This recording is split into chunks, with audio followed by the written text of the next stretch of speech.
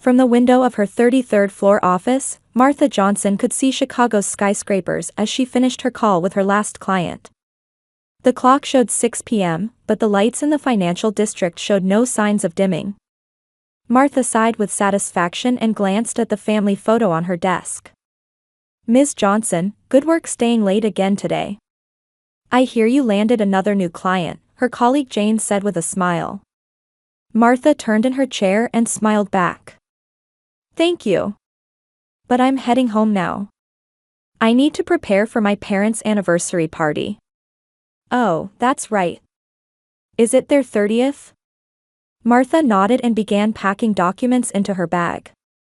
"I'm so proud of my parents. The way they look at each other hasn't changed since they were young." Jane's expression turned wistful. "What a wonderful family. Will your brother and sister be there too?" "Yes. Kelly will bring her husband and children. Greg should be coming too. It's been a while since the whole family has been together."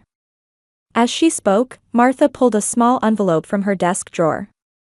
Inside were tickets for a Caribbean cruise. They cost the equivalent of 3 months' salary, but when she imagined her parents' happy faces, she hadn't hesitated to make the payment.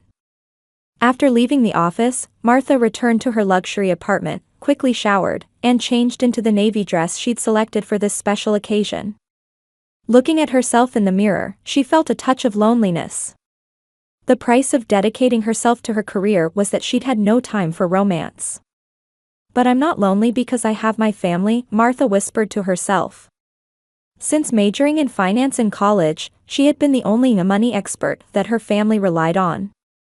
Her sister Kelly had become a mother of 2 children. Her husband Tom was a good man, but didn't have a stable income, and Martha had covered their mortgage payments several times. Her brother Greg had dropped out of college and had repeatedly failed at various startups in pursuit of the next big idea. Each time, Martha had cleaned up after him. Recently, he had borrowed $50,000 from her for developing a new app. Her parents, Robert and Harriet, had also gone through a period when they accumulated debt after their post-retirement restaurant business failed. Martha had paid off the entire amount and created a stable retirement plan for them, allowing them to now live peacefully. Martha grabbed her car keys and glanced at the family photo frame. Her always smiling parents, cheerful Kelly, and her family, ambitious Greg. She was proud that she could support them financially. It's worth doing anything for family. However, in recent months, she had felt something changing. Phone calls from her parents contained fewer updates about their lives and more investment advice or requests for small loans. Kelly had started talking about education funds for her children, and Greg was bringing up additional startup funding. Words of gratitude had become fewer, replaced with, "You can do it, can't you?" As she drove, Martha remembered that she had recently been offered a significant promotion and raise as the head of the Chicago branch. At the same time, there was a suggestion of a potential transfer to the London office. When she told her parents about it yesterday, their reaction was unexpected. "London? You're joking, right? What's the point of being so far away from us?" Her mother's voice was filled with confusion. "That's right, Martha. Your family is here. Especially now that Greg's new business is starting to take off, he needs your support," her father added. Martha bit her lip. What they said made sense. But something bothered her. The phrase, "for the family," had a different ring to it than before. In the car heading to her parents' home, Martha was torn between her excitement for the anniversary party and the discomfort growing inside her. It had been a while since the whole family was together. She wanted to believe it would be a warm gathering filled with laughter as always. Parking in front of her parents' house, Martha took a deep breath. Holding the gift package and cake box in both hands, she walked toward the entrance. Before the door opened, she could already hear lively conversation from inside. "Martha. You're finally here." Her mother Harriet greeted her with a smile. Her hair had recently turned white, but the sparkle in her eyes remained unchanged. "Sorry I'm late, Mom. Work ran long." Martha kissed her mother and placed the gift on the table. In the living room, her father Robert was playing with his grandchildren. Kelly and her husband Tom were sitting on the sofa, while Greg was standing, looking at his smartphone. Finally here, Greg looked up. "Hey, I've got a prototype for my new app. I want to show you something later." Martha forced a smile. "Of course. But today is about Mom and Dad." Martha. Her sister Kelly hugged her. "I submitted applications for the children's private school. We need to seriously consider that education fund you mentioned." "Yes." Martha hesitated. "Let's enjoy the party first today." While preparing dinner, Martha spoke with her mother. "Did you get the cruise tickets?" Harriet asked in a low voice. "Yes, of course. It's the Caribbean tour, right? You got the 2-week one I asked for, didn't you?" Martha froze for a moment. "Mom, we discussed this. The 10-day tour." Harriet looked displeased. "But Robert and I were looking forward to 2 weeks. Since you're the only one with a good salary, you could splurge a little." The words were cut off, but their meaning was clear. Martha felt something cold in her chest. At the dinner table, her father Robert was reminiscing. "Sending Martha to college was the best decision we ever made as a couple. It was right to steer her into finance." "Yes," Harriet agreed. "Especially since she now takes care of us in our old age." Everyone laughed. It was said in a joking manner, but Martha felt the weight of it. "Hey, Martha," Tom addressed her. "Kelly told me there's talk of a transfer to London?" The table fell silent for a moment. "Yes, though nothing's decided yet," Martha chose her words carefully. "I think it's a great opportunity." "You're joking, right?" Kelly raised her voice. "I can't imagine you not being here as the children's aunt." "And what about their education fund?" Martha, her father interjected with a serious expression. "You should reconsider leaving your family behind to go overseas. Especially now that Greg's new business is just starting to take off." Greg looked up. "Speaking of which, sis, I need an additional $30,000. I have to hire another programmer." Martha put down her fork. "Greg, what happened to the recent $50,000? "Well, that was just the initial investment. We need additional funds to succeed. You can afford it, right?" Martha took a deep breath. All eyes in the family were on her. Expectant looks, as if it were their rightful due. "I'll think about it," she answered briefly. During dessert time, while cutting the cake, Martha was calculating in her mind. The amount she had provided to her family over the past 5 years equaled most of her savings. Greg's investments had never been repaid, and the mortgage payments for Kelly and Tom, which were supposed to be temporary assistance, had become almost a monthly ritual. "Martha, when are you going to give us the cruise present?" her mother pressed. After dessert, perhaps, Martha smiled, but her heart was conflicted. After the meal, when the family gathered in the living room, Martha handed the gift envelope to her parents. "Congratulations on your 30th anniversary." Harriet opened the envelope and exclaimed when she saw the contents. "A Caribbean cruise." "Robert, look." Robert pretended to be surprised, but Martha knew it was an act. They already knew. "A wonderful gift, Martha," her father said. "This is exactly what we expected from our family." Something about those words bothered Martha. The expression, "what we expected." As if her expensive gift was a matter of course.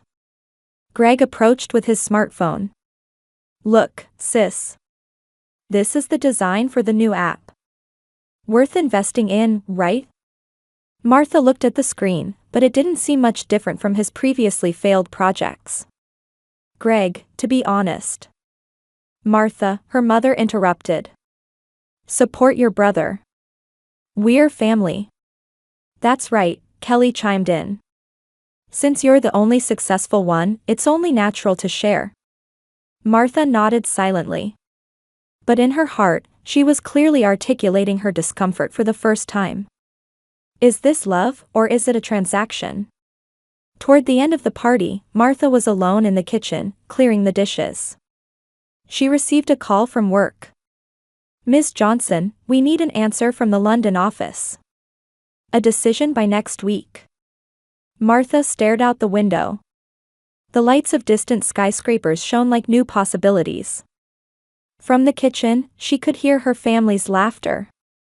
Among those voices, she heard her name and the word money mixed in. I'll think about it, Martha answered the phone. That night, as she was leaving, her father stopped her. Martha, please seriously consider Greg's case. He's the only male in the family to carry on the Johnson name. His success will be our pride.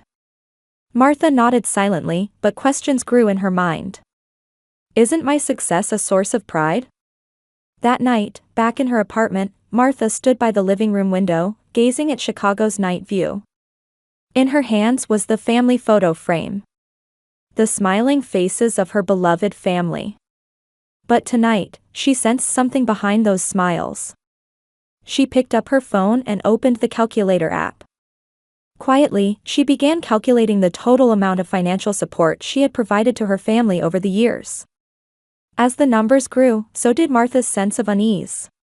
The following weekend, Martha was invited to another family lunch gathering. Martha stared at the special cake box on the passenger seat. Last night until late, she had been creating a detailed record of her financial support to her family. The Excel sheet listed all the loans from the past 5 years. Startup funds for her brother Greg, mortgage payments for her sister Kelly and her husband Tom, debt repayment and retirement funds for her parents. The total was close to 5 years of her salary. Is this love? Or exploitation?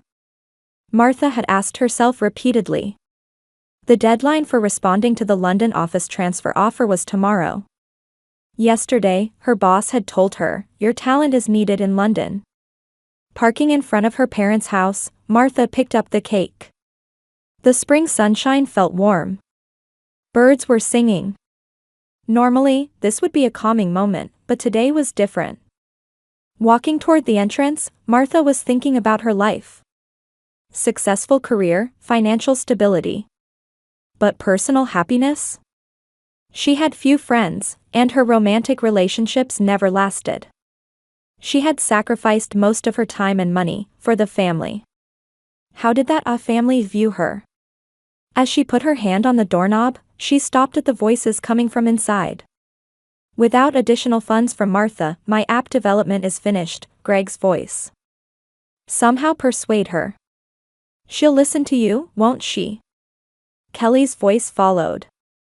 Martha held her breath. The door wasn't locked, but she didn't open it. Martha is really a walking wallet, isn't she? Kelly said, laughing. It's convenient that she doesn't realize she's an ATM. Laughter. Martha's chest tightened. Someone was responding to Greg's joke. Then she heard her father's voice. Single women just need to provide money. That's the only reason we sent her to college. A heavy silence enveloped Martha. Her hand fell from the doorknob. She felt her world crumbling. The words, the only reason we sent her to college, echoed in her head. Was her education an investment? An investment with expected returns. Her mother's voice came through. Oh, Robert. You shouldn't say things like that.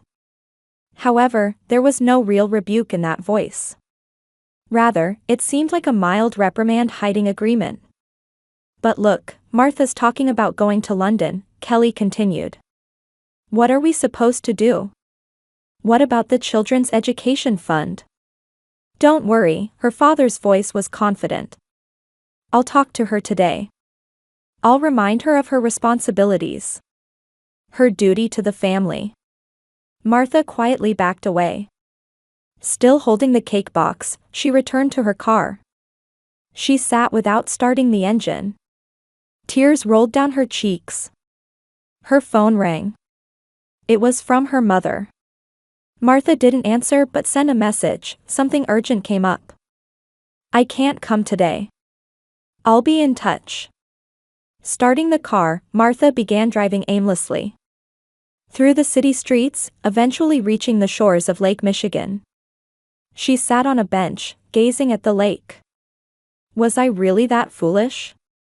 The wind ruffled her hair. Martha took out her phone and opened the recording app. She didn't want to remember, but she needed to accurately record what she had heard at the entrance.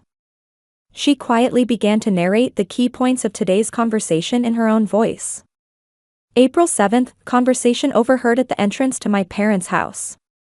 My sister Kelly called me a walking wallet and laughed that I don't realize I'm an ATM. Dad said single women just need to provide money, that's why we sent her to college. They're afraid of me going to London because they'll lose my financial support. After finishing the recording, Martha took a deep breath and made a decision. She stood up and returned to her car. Back at her apartment, Martha immediately took action. First, she called her boss. I'll take the London office position. Next, she contacted a lawyer. She requested the preparation of a debt repayment plan. Then, she opened her laptop and completed the Excel sheet. All the loans with dates, amounts, purposes, and the fact that none had ever been repaid. Finally, she attached a link to the audio file she had recorded at the entrance. By evening, Martha sat on the living room sofa and opened the family group chat. She stared at the screen for a long time.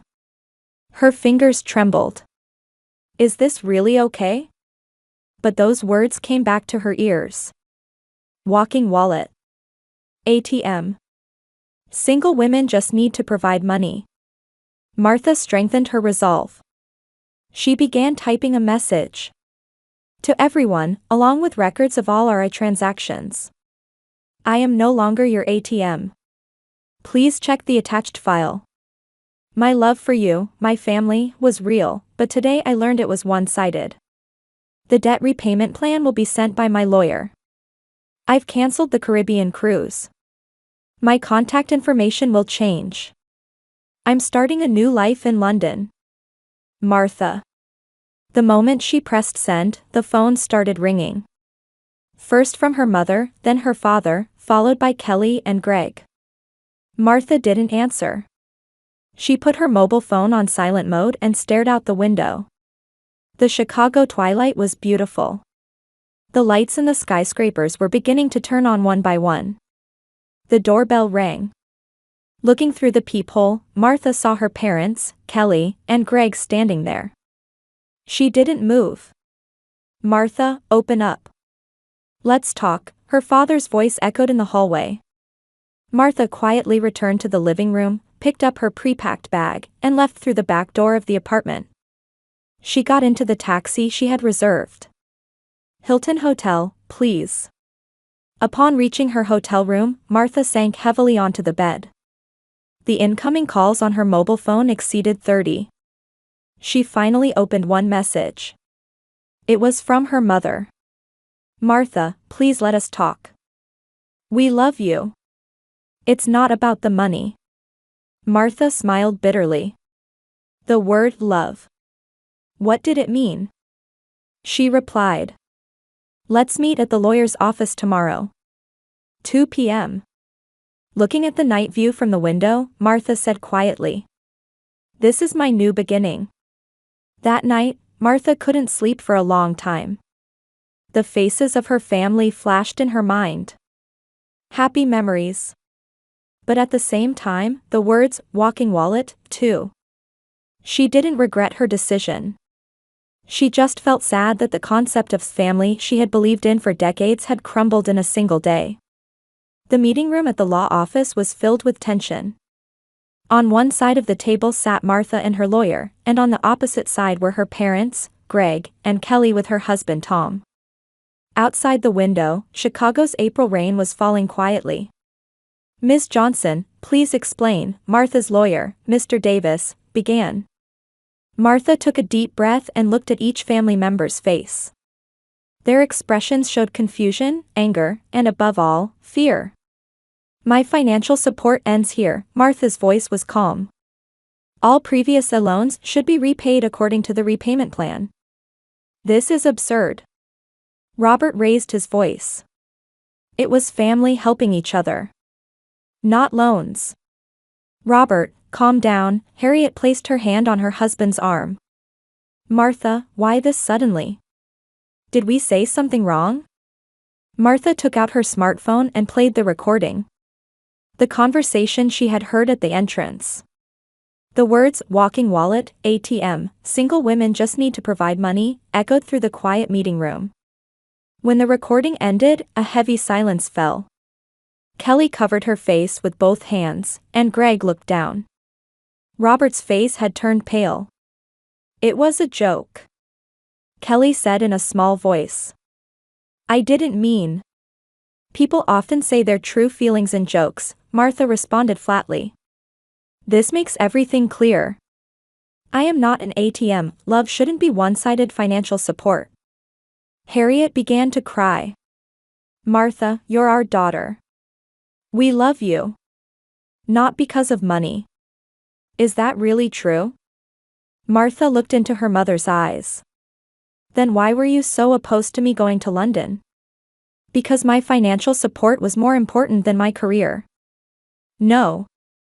Robert shouted, but there was no conviction in his voice. Lawyer Davis placed documents on the table. This is the repayment plan. Greg's startup funds of $80,000, Kelly and Tom's mortgage payments of $120,000, and assistance to Robert and Harriet of $150,000. A total of $350,000 to be repaid in monthly installments over 5 years. Tom cleared his throat. We can't possibly pay such an amount.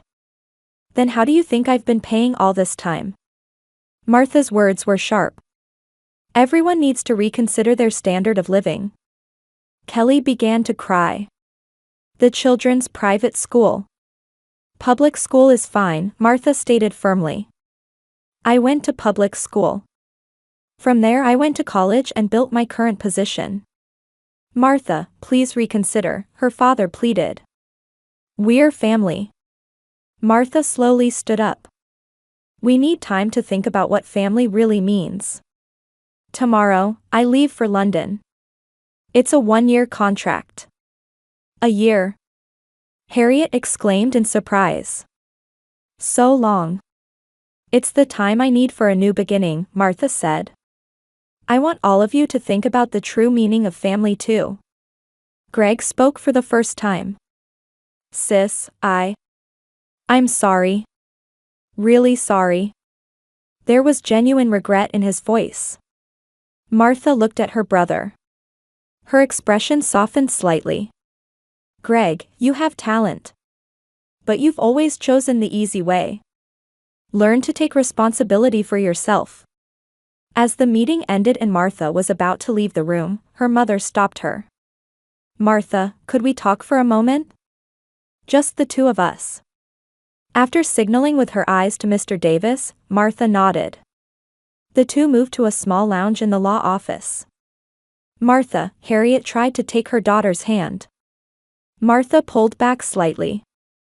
Please, listen. Those words were terrible. I won't deny it. But it's true that I love you. What is love? Martha quietly asked. If you saw me as a tool for support, that's not love. I was wrong, there was genuine sadness on Harriet's face. I took your success for granted and used you. I didn't realize. I ignored your feelings.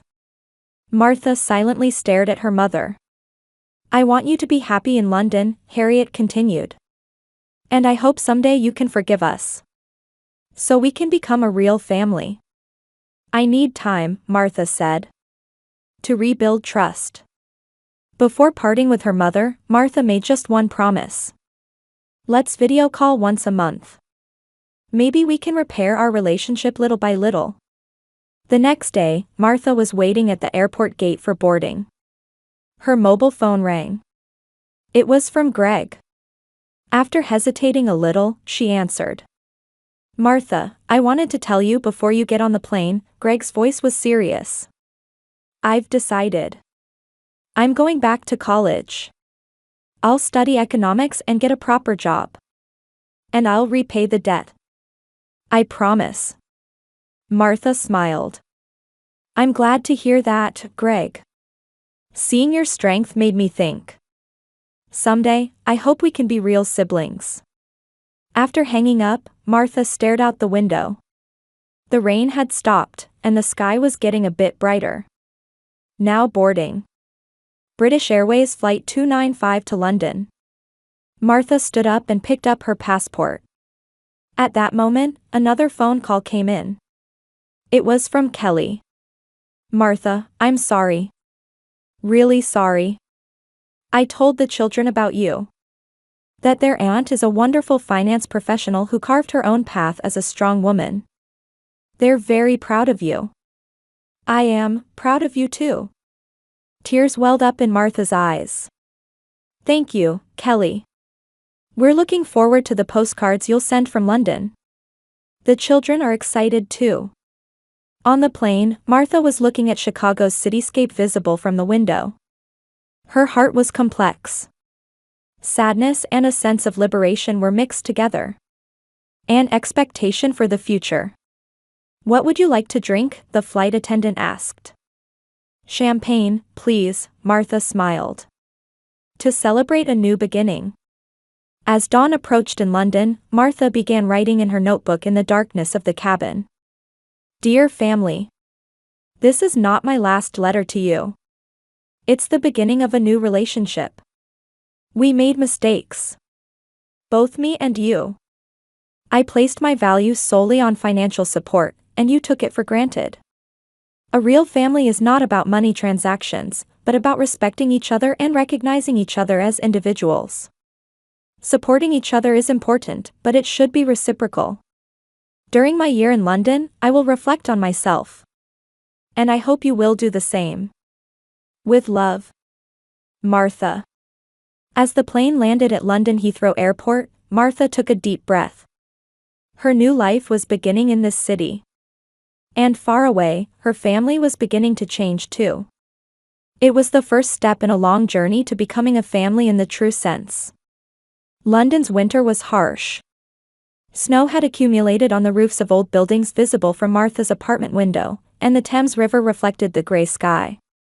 1 week until Christmas. Martha was staring at her computer screen while drinking warm coffee.